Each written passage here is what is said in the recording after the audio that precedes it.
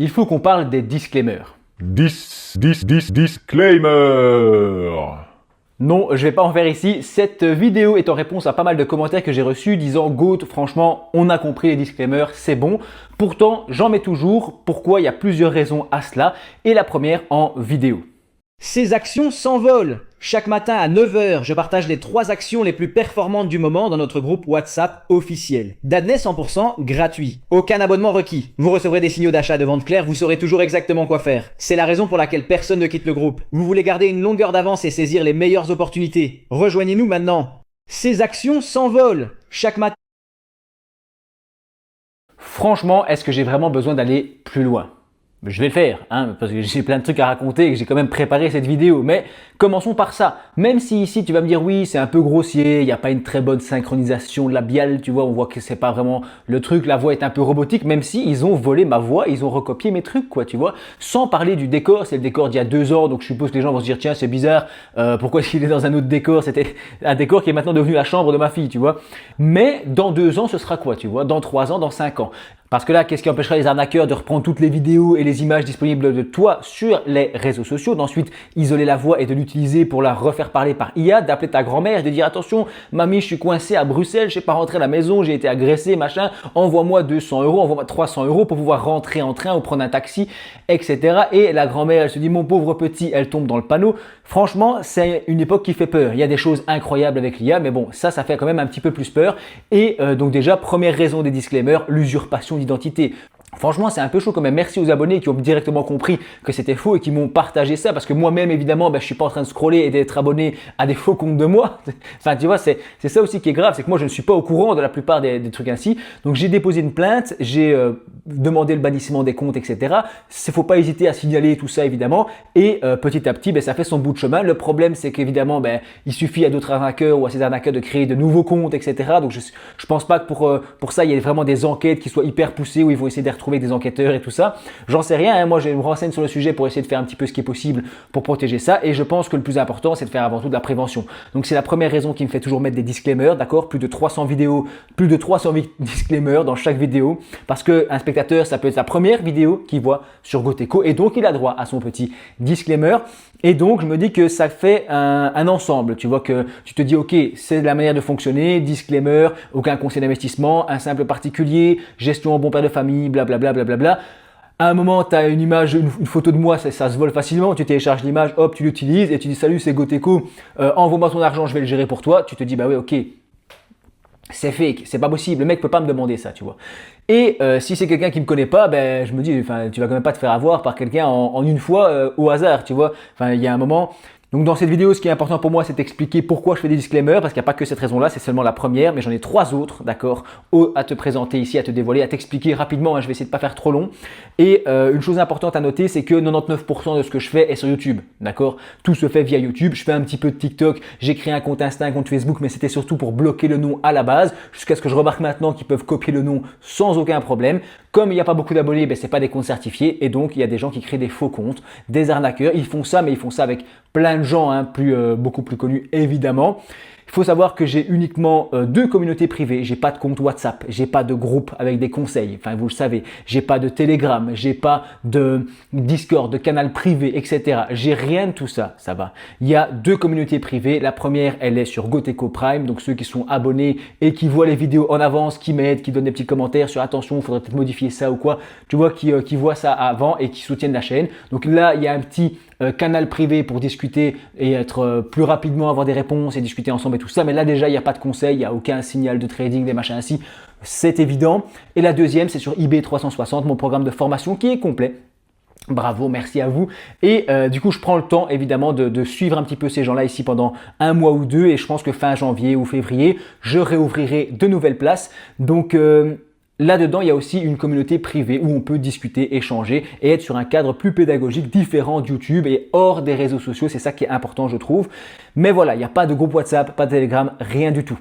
Donc voilà, mon premier point, c'était vraiment la prévention. Je fais des disclaimers, surtout pour de la prévention, pour dire, ben, ok, voilà, en cas d'usurpation d'identité, c'était pas prévu avant, hein. Au tout début où j'ai commencé, je faisais directement des disclaimers. C'était pas prévu, mais j'avais déjà cette idée de prévention, dans le sens où, ben, je savais déjà à l'époque, il y avait des gens qui faisaient des trucs de trading, de signaux de trading, qui alpaguaient des gens et les ramenaient sur Messenger, WhatsApp, etc., qui faisaient des groupes pour ensuite leur demander de l'argent et évidemment les arnaquer. Donc tout ça, je sais que ça existait. Et donc, comme j'étais un tout petit youtubeur, ben, moi, je faisais déjà des disclaimers en me disant, ben, j'ai envie de participer à ce message de prévention qui est important pour moi, de se dire ok, attention à ce qu'on voit sur les réseaux, soyez critiques, c'est important. Moi d'ailleurs aussi, je suis gestionnaire en bon père de famille, d'accord, je gère mes petits investissements en Belgique, mais il y a d'autres personnes qui ont d'autres stratégies que moi et qui vont donc en parler plus. Tu vois, c'est logique, c'est ma chaîne YouTube, donc je parle de ce qui moi m'intéresse pour une audience, mais aussi je parle évidemment plus de gestion en bon père de famille. C'est logique, je fais pas de trading, donc je vais pas faire des vidéos de trading alors que j'en fais pas, tu vois. Et quelqu'un peut s'intéresser à une chaîne qui fait du trading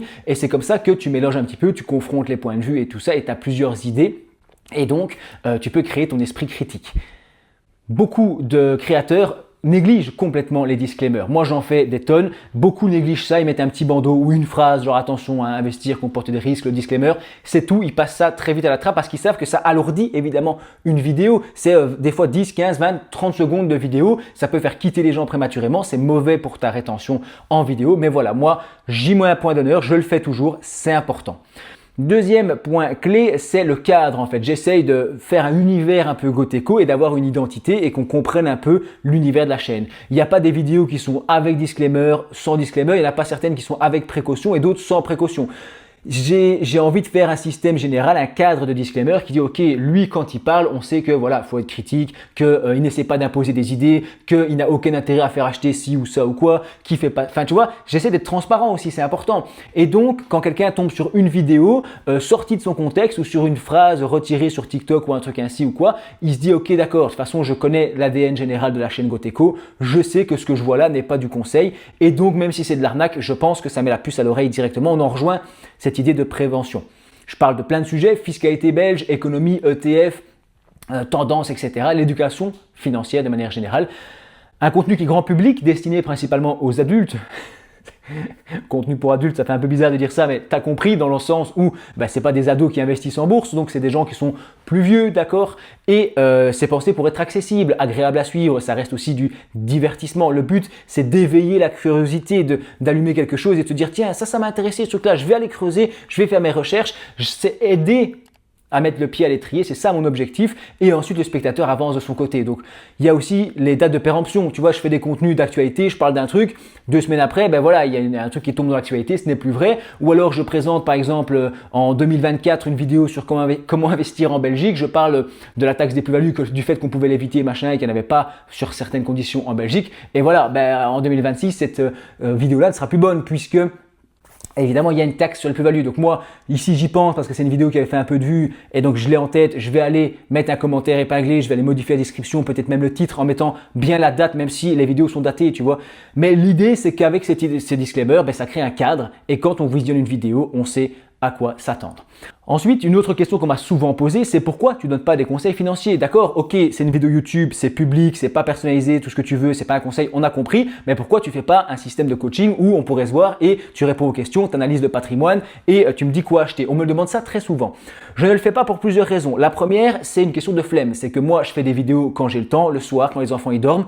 Par contre, et après je les monte, je les publie souvent en avance ou en retard, donc tu vois, c'est pour ça aussi les timings qui sont compliqués pour moi, mais commencer à organiser des coachings à certains moments de la semaine, machin, c'est pas possible dans mon emploi du temps, tu vois, j'ai un vrai travail à côté, j'ai des enfants, j'ai une femme, j'ai de l'attention pour d'autres personnes et je peux pas comme ça dire tiens, à 17h un mardi, je vais faire ça. Non, j'aurai les enfants, je vais être bloqué, ma femme elle est pas là, elle rentre à 20h du travail.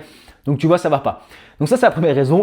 C'est un peu la flemme. Enfin, c'est pas la flemme, mais t'as compris. Pas de coaching. Deuxième chose, j'ai pas envie de donner des conseils parce que je trouve que les gens doivent prendre leurs propres décisions. Je sais qu'il y a des conseillers officiels, agréés, qui travaillent en cabinet privé ou alors dans des banques et tout ça. Mais je suis même pas fan de ça parce que moi j'avais pris à l'époque conseil auprès d'un conseiller financier au tout début, d'accord. D'ailleurs, j'encourage quand même les gens à le faire, évidemment, à rencontrer un conseiller financier. Et en fait, la personne évidemment me proposait surtout des produits de la banque et des produits qui l'intéressait et s'intéressait du coup à mes revenus, à ma situation familiale, à mon horizon de placement, ma tolérance au risque, les objectifs, les contraintes, les produits que j'ai déjà utilisés ou non, le niveau de connaissance, super important, tu vois, qui était un peu faible à l'époque, et la situation professionnelle, j'en passe, tu vois, plein de choses. Et c'est ça un conseil financier, il faut savoir tout sur la personne pour pouvoir ensuite lui proposer quelque chose d'intéressant dans son cas.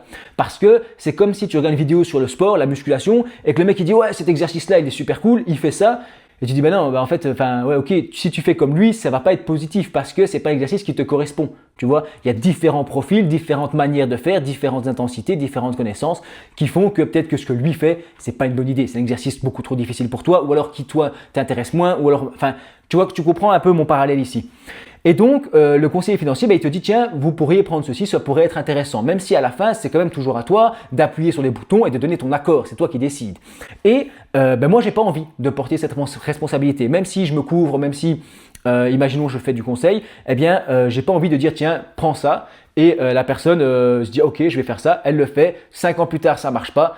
Eh ben, même si tu n'es pas responsable dans le sens où tu le fais dans le cadre du conseil machin bazar, même comme ça, en fait, moi, ça me met mal à l'aise. J'ai pas envie, en fait, de porter ça sur les épaules et de me dire, tiens, je vais dire aux gens ce qu'ils doivent faire. Donc, le youtubeur se vend très mal, on est d'accord, mais c'est important, je trouve, comme cadre, de se dire, ok, moi, je fais de l'éducation financière, de la vulgarisation économique, de l'investissement, aider à avoir des pistes de recherche, à aller plus loin, etc.